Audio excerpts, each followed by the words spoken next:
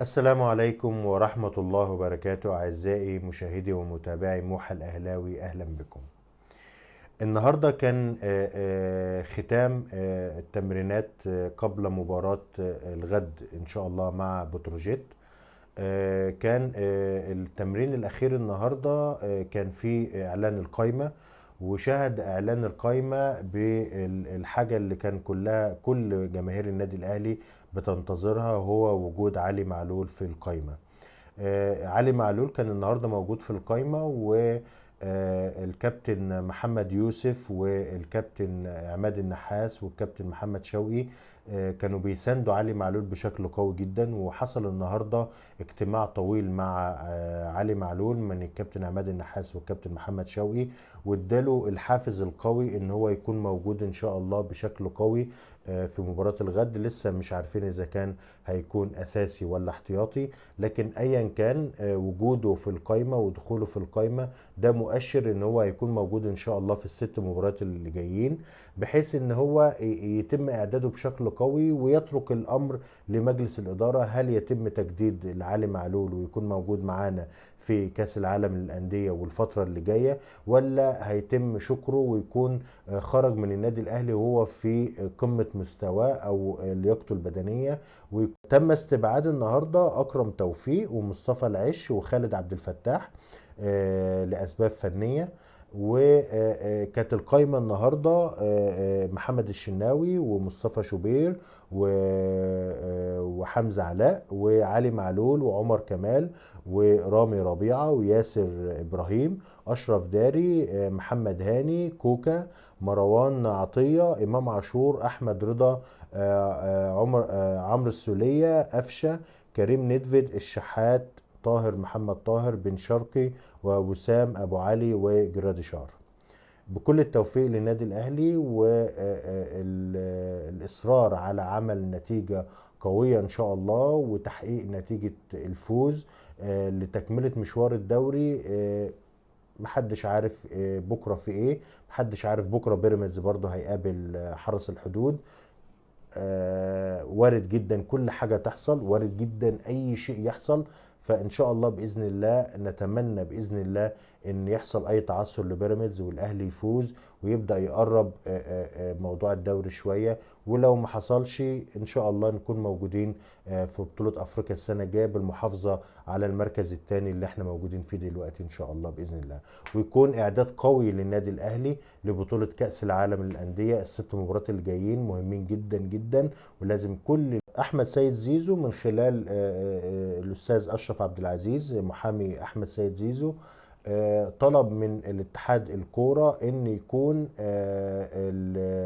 التحقيق اللي يتم مع احمد سيد زيزو من النادي الزمالك يكون في مقر اتحاد الكوره، خوفا على احمد سيد زيزو، وخوفا على ان يحصل له اي مضايقات او اي مشكله. طبعا بيستند الى موضوع الصوره اللي تم انزالها من ملعب التدريبات بتاع الزمالك واتداس عليه، وحالة الاحتقان والشتايم اللي حصلت في المدرجات. وطبعا حالة الاحتقان اللي موجودة في الوسط الرياضي بقالنا حوالي شهر، وبعد معرفة ان زيزو وقع للنادي الاهلي. الحقيقة الزمالك طلع بيان ويؤكد رفضه إجراء التحقيق مع زيزو بمقر اتحاد الكرة، خاصة وأن مزاعم وأقوال اللاعب بشأن التخوف على سلامته وأمنه داخل النادي غير صحيح، ويحاول اللاعب اختلاقها لتبرير انقطاعه عن خوض التدريبات والمباريات. يعني بيقول لك ان هو المبرر بتاعه ان هو خوفه على سلامته ده غير مبرر تماما، وبيقول الكلام ده علشان يبرر انقطاعه عن خوض التدريبات والمباريات. مباراة كاس مصر لسه برضو التداعيات بتاعتها لسه موجودة. المباراة قرر الاتحاد المصري ان هي هتقام 20/5، لكن نادي الزمالك ونادي بيراميدز طلبوا وتعاونوا مع بعض ان المباراة تتلعب يوم 5 او يوم 6/6. طبعا في حاجات كتير قوي في اليوم ده. الاجنده الدوليه من يوم 2 ليوم 10، بمعنى ان اللعيبه سواء بيراميدز او لعيبه الزمالك هيروحوا لمنتخباتهم من يوم 2 ليوم 10. وطلع كلام كمان ان الزمالك وبيراميدز بيحاولوا يقنعوا اتحاد الكوره ان يتلعب يوم 11. طبعا المفهوم كل ده ليه؟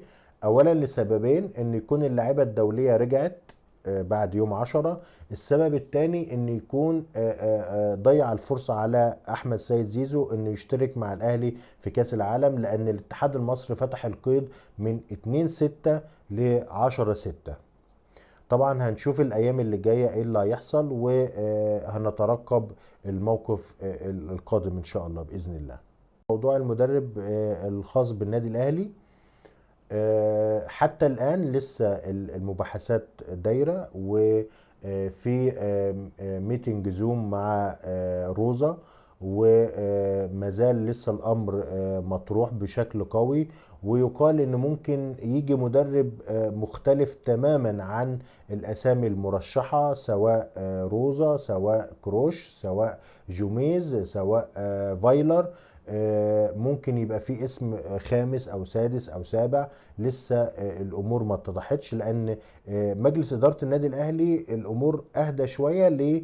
لان هو عين خلاص الكابتن عماد النحاس، وان شاء الله يفوز بكره، ويبقى الموضوع فيه اريحيه الى حد كبير، ان هو ما يبقاش ضاغط على نفسه ان هو يجيب مدرب بسرعه.